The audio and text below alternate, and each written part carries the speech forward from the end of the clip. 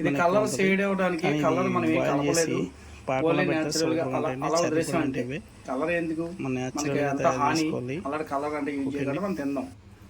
రేపు ఉదయానికి అలా ఓకే అయిపోతాయండి. పెద్ద ఇంచి పెడేస్తున్నాం.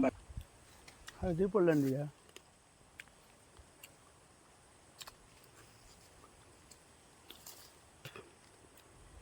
ఇంకా చెర్రీ పళ్ళు అంటే ఇవే సూపర్గా ఉన్నాయి కదా.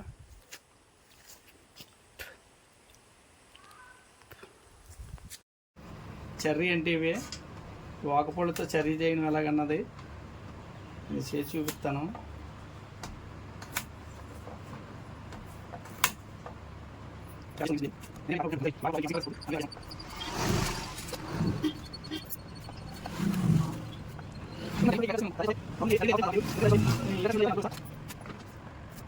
నాలుగు కప్పులు పందారు వేసుకుంటున్నాం.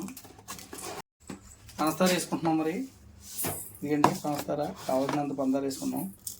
నెక్స్ట్ వచ్చి వాటర్ కూడా వేసుకుంటున్నాం.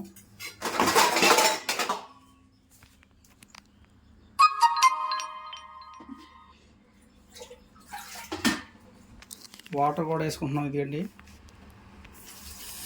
గ్లాస్ వాటర్ వేసుకున్నాం. ఎక్కువ కాబట్టి ఒక కొంచెం ఎక్కువ వేసుకోవాలి, అలా సరిపోద్దండి. ఇప్పుడు గ్యాస్ స్టవ్ వెలిగించుకుంటున్నామండి. గ్యాస్ స్టవ్ రెడీ అయింది. ఇలా మరిగిన తర్వాత పాకం అవుతుంది.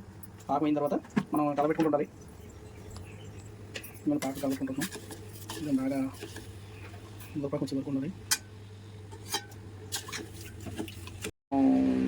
మరుగుతుంది.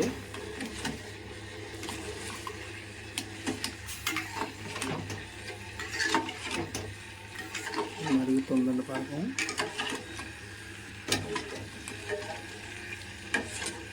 గ్యాస్ మీద తయారు చేస్తున్నామండి. వాతావరణం బాగా అదే కట్టెల పొయ్యి మీద చేద్దాం అనుకున్నాము.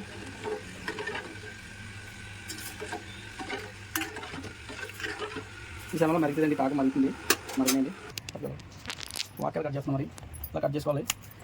ఇలా కట్ చేసుకున్నాక ఎందుకంటే ఇలా కట్ చేయడం ఎందుకంటే ఇది పొడుపు ఉంటాయి కాబట్టి స్వీట్ అవ్వాలంటే మరి ఈ ఖాళీలోంచి ఇలా పాకం లోపలికి వెళ్ళి స్వీట్ అవుతుంది. ఇది మరి ఎన్ని కట్ చేసుకున్నాం ఓకే, ఎన్ని కట్ చేసుకున్నాం. ఇలా కట్ చేసుకున్నాం కాబట్టి ఇదిగండి ఇది కట్ చేసుకున్నాం. ఓకే, నెక్స్ట్ వీటిని ఏంటంటే పాకంలో పెట్టుకోవాలి. శుభ్రపరిచిన కాయలు చెట్లు కాసిన ఫస్ట్ అండి మరుగుతుంది. ఇదిగండి ఇక పాకం మరుగుతుంది. పెట్టాలా ఇక పాకం మరుగుతుందండి. ఇప్పుడు ఇలా పాకం మరుగుతుంది కూడా ఇది కొద్దిగా పలసకున్నది చిక్కపడాలి. మరుగుతుంది.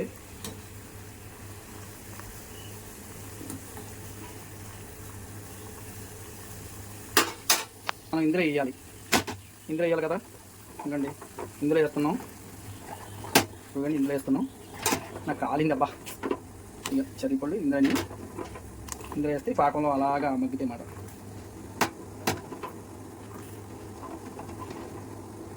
చర్రీపళ్ళు మరి ఎంతమంది తిన్నారో కామెంట్ చేయండి. ఎంతమంది తిన్నదో మరి ఇలా తయారు చేసి మీరు కూడా ట్రై చేయండి. వాక్కాయలండి, ఏం కాదు. చర్రీ అంటే ప్రత్యేకంగా ఉండవు. ఇది వాక్కాయలు అన్నమాట. వాక్కాయలతో తయారు చేస్తారు.